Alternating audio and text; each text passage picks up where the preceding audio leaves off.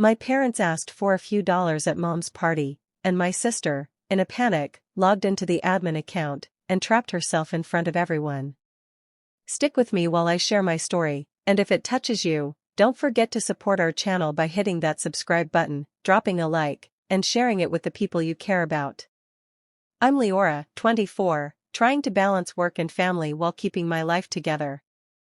My sister, Tamsin, is 3 years younger, always impulsive, and secretly jealous of me.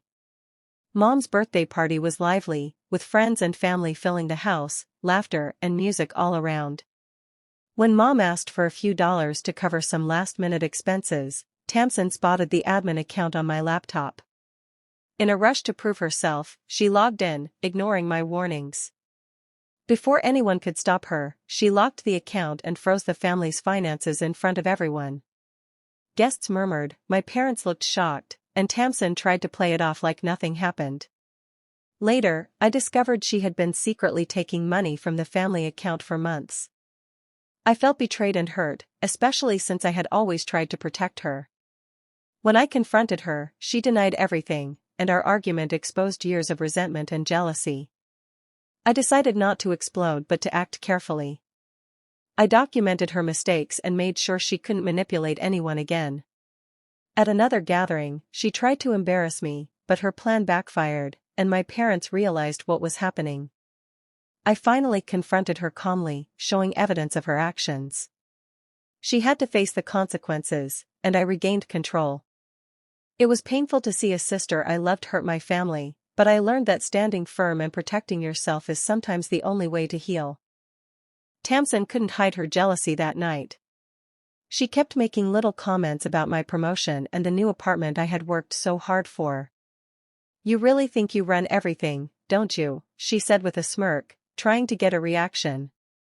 My parents chuckled, brushing it off as harmless teasing, but I felt a sharp edge in her words. She always acted like she had to compete with me, and the tension between us was growing, even though no one else seemed to notice. Throughout the evening, she found small ways to undermine me. She questioned my choices subtly, laughed at my suggestions, and even tried to interrupt me in conversations with relatives. I stayed calm, but inside I felt the frustration building. It was clear she wasn't just joking, her envy was boiling under the surface, and it was only a matter of time before it spilled over into something bigger. I watched her closely, noticing how she glanced at me every time I spoke, her eyes full of resentment. It was exhausting to smile and act normal while knowing she was plotting quietly. I realized that this wasn't just about the party or the little comments, it was about her needing to feel superior, to prove she mattered more. The way she looked at me made my stomach tighten, a warning that something reckless could happen if I wasn't careful. By the end of the evening, I could sense the storm brewing. Her jealousy was no longer subtle, it was a quiet threat hanging over the room, and I knew it would lead to a confrontation I wasn't yet ready to face. But I had to stay composed and watch her every move, because the next mistake she made could change everything. Tamsin's eyes landed on my laptop, the screen glowing with the family admin account open. Her face lit up with a mix of excitement and mischief, and I immediately felt a pit in my stomach. "Don't touch that," I warned, but she waved me off with a careless laugh, insisting she knew what she was doing. Before I could react, she typed something quickly and pressed enter. Almost instantly, the screen flashed with a warning. I realized she had triggered a lockout. Panic spread across her face as she realized she had trapped everyone out of the account. Bills, shared payments, and pending transfers froze instantly, leaving the family in a mess we couldn't immediately fix. Guests started noticing the tension. My parents looked bewildered, trying to figure out what had gone wrong. Tamsin fumbled, her hands shaking, as she tried to explain it was some kind of error. Every word she spoke only made the situation worse. Relatives whispered, glancing back at the laptop, and the embarrassment in the room grew heavier by the second. Tamsin's panic turned to frustration as she realized she had no way to undo the damage. Her attempt to look competent and important had completely backfired. I could feel the weight of her mistake pressing down on everyone, and though I wanted to intervene, I held back, letting the consequences sink in. That moment marked a turning point. What started as a small act of impulsiveness became a full-blown crisis, exposing her recklessness and shaking the fragile calm I had been trying to maintain throughout the evening. The mistake wasn't just technical, it revealed her desperation to prove herself at any cost. The room went silent as my parents stared at the laptop, their faces etched with shock. Their disappointment was almost tangible, and I could feel the tension tightening around us. Guests exchanged uneasy glances, whispering quietly about the technical problem that had just unfolded. Tamsin's cheeks flushed as she tried to explain, insisting it must have been some kind of glitch. Her voice trembled, but she refused to admit any responsibility. I watched her carefully, sensing the stubbornness in her tone, and held back my anger, forcing myself to stay composed despite the frustration bubbling inside me. The murmurs of the guests grew louder, and I realized how exposed my family looked in that moment. I could see the subtle judgments forming on people's faces, and it stung to know this could have been avoided. Every part of me wanted to call her out immediately, but I knew that reacting impulsively would only escalate the situation. Instead, I stayed quiet, observing her defensive behavior. It became clear that this was only the beginning of her manipulations. Tamsin's insistence on dodging accountability, even in front of everyone, revealed a pattern I had seen before but had underestimated. My frustration deepened, not just at the chaos she had caused, but at the awareness that dealing with her impulsiveness was going to be more complicated than I had imagined. In that tense moment, I realized I needed a plan. The immediate embarrassment was just the tip of the iceberg, and I could sense that Tamsin's attempts to assert herself would continue to create chaos unless I handled it carefully. A few days after the party, I went through the family account to make sure everything was back in order, and that's when I noticed it, small withdrawals, scattered over the past few months. My heart sank as I realized Tamsin had been taking money without anyone knowing. The amounts weren't huge, but the betrayal cut far deeper than the numbers. I had always looked out for her, covering mistakes, offering advice, and protecting her from consequences. To discover that she had been quietly undermining the trust one placed in her felt like a punch to the chest. It wasn't just about the money, it was the secrecy, the deliberate choice to act behind my back, that made it sting so sharply. I sat with the ledger in my hands, torn. Part of me wanted to confront her immediately, to demand an explanation and force her to face what she had done. But another part of me hesitated, imagining the confrontation spiraling into chaos, dragging the family into another argument I wasn't ready to handle. The weight of the betrayal pressed on me from all sides.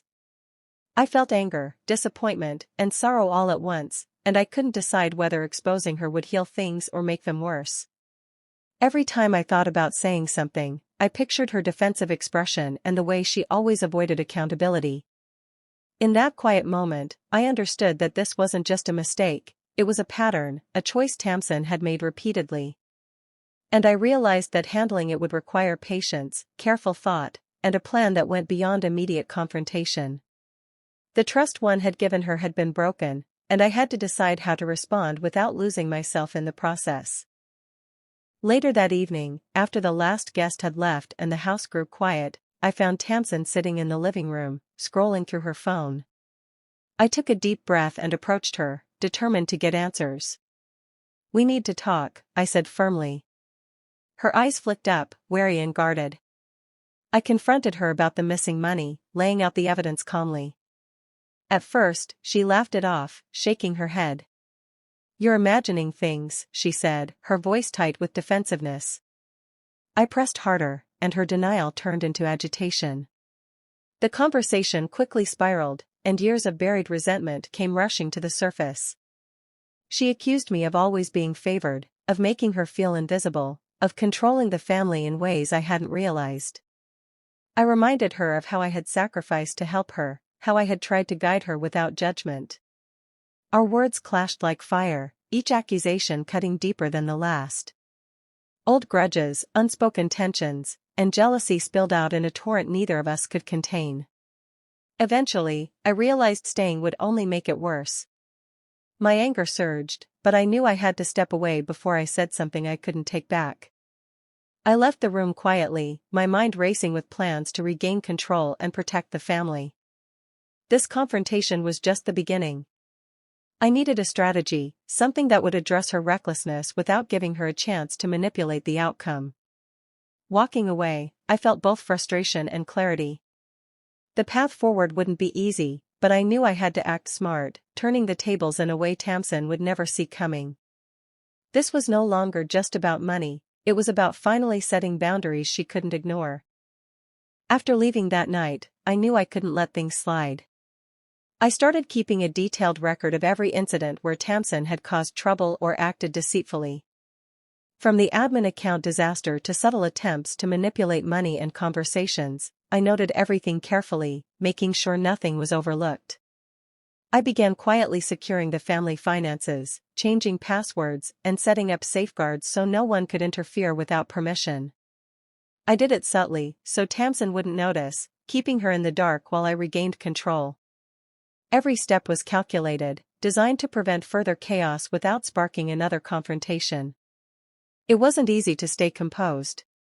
Part of me wanted to yell, to expose every wrongdoing immediately, but I knew that reacting impulsively would only feed her.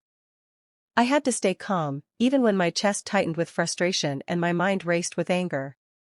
The hurt of her betrayal lingered, but I converted it into focus, using it to plan every move carefully. I imagined every possible scenario, thinking ahead to how she might try to regain influence and how I could preempt her without making it obvious. It felt like walking a tightrope, balancing my emotions with strategic thinking. Even though I was furious and deeply wounded, I reminded myself that patience was my ally. Acting recklessly would only validate her manipulative tendencies. I decided to take control silently, letting the consequences of her past actions unfold naturally, while I strengthened my position and protected everyone from further harm. It was a delicate process, but one I knew I had to follow through to regain peace and security in our family. A week later, I caught wind of Tamsin trying to ask our aunt for money without telling anyone.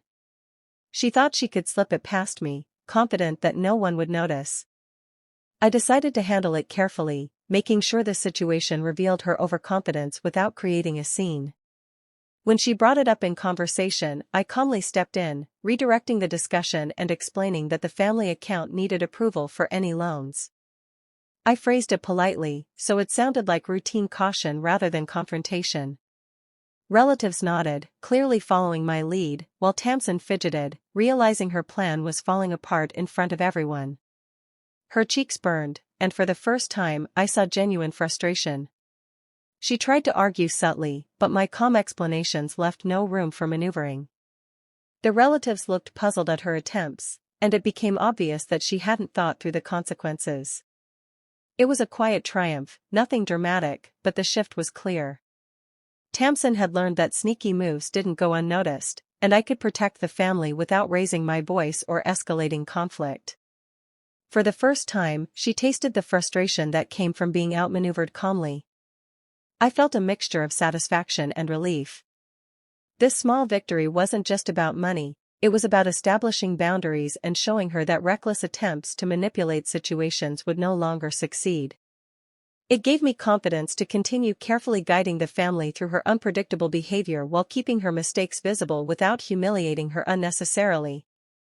Tamsin's behavior grew more unpredictable. She began whispering to relatives, attempting to twist stories and sway opinions in her favor. Her charm was forced, and it was clear she was growing desperate to gain support. I noticed how she lingered in conversations, trying to redirect attention toward my supposed mistakes or flaws, hoping someone would take her side.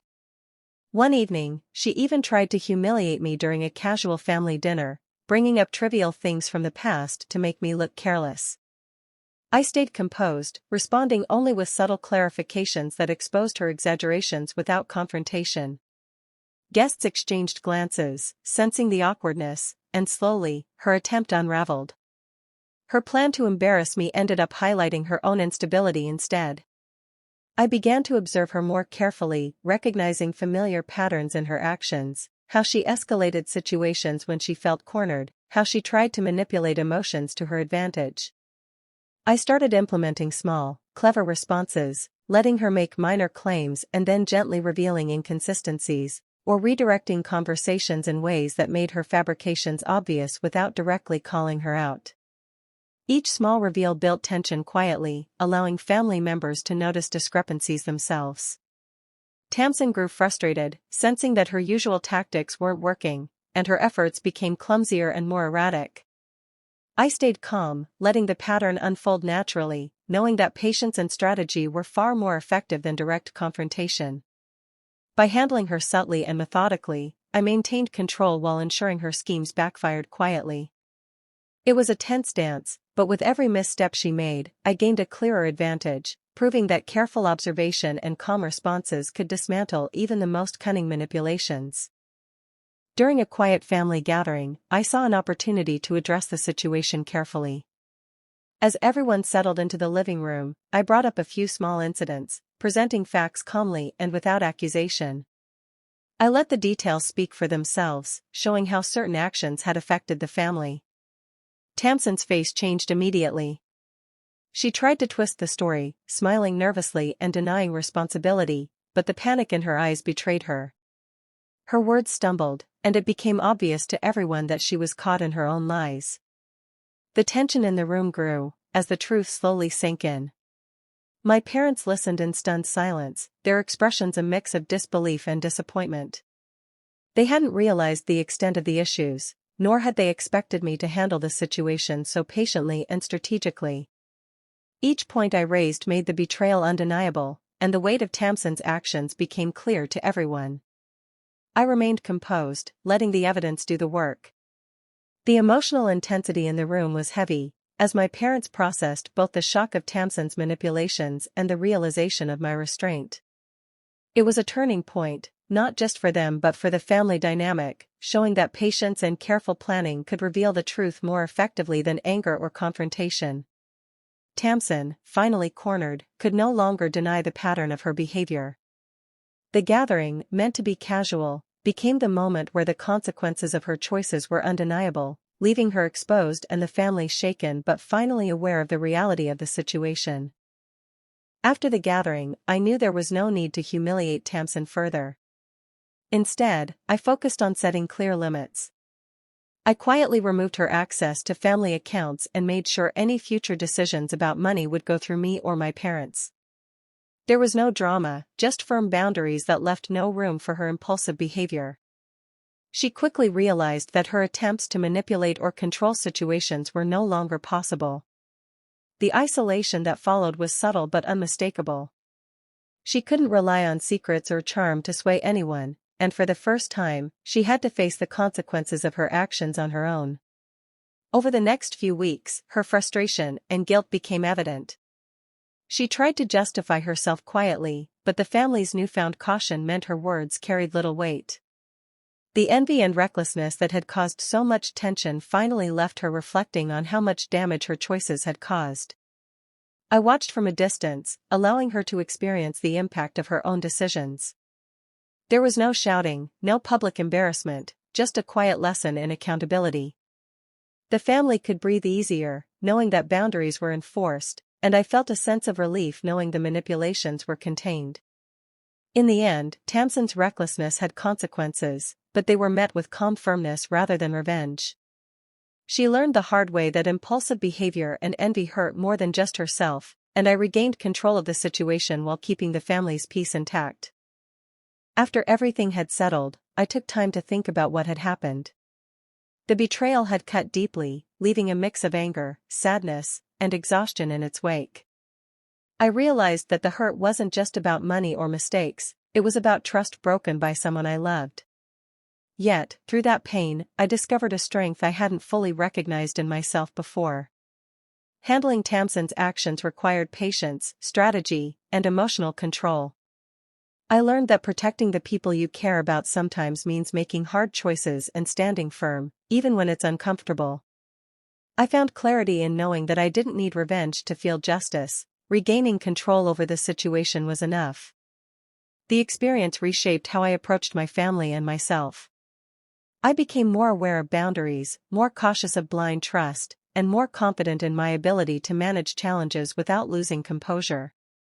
It was a lesson in balancing loyalty with self-preservation, understanding that love doesn't mean sacrificing your own well-being. Sitting quietly, I felt a sense of closure. The tension that had built for months began to fade, replaced by a calm certainty that I could protect myself and those I care about.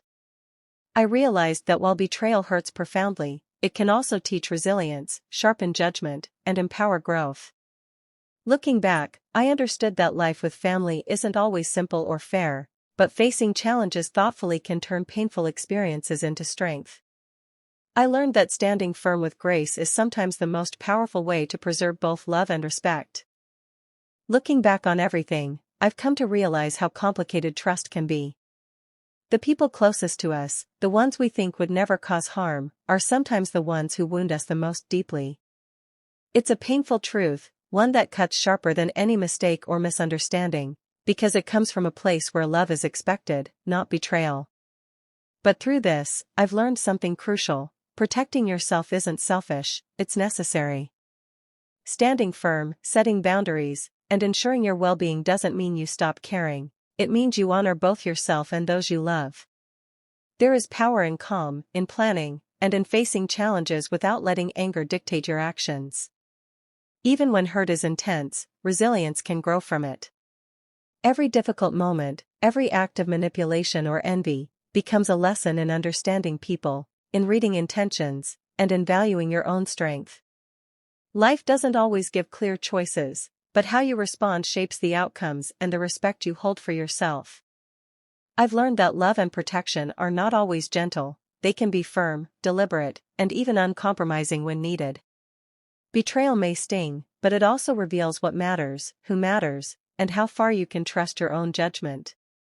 Sometimes the people you trust the most are the ones who hurt you the deepest, but standing firm and protecting yourself is the ultimate form of love. Remember that navigating family, relationships, and loyalty is delicate, and true strength comes from handling betrayal with calm clarity, learning from it, and emerging wiser and stronger than before. Hey besties! Thanks so much for sticking with me through this intense story. Imagine celebrating your mom's special day, putting your heart and effort into making it perfect, only to have your sister sabotage things quietly while trying to look important. It's shocking and hurtful, but moments like these teach resilience, patience, and the power of standing firm. If this story resonated, don't forget to like, share, comment, and subscribe for more emotional journeys.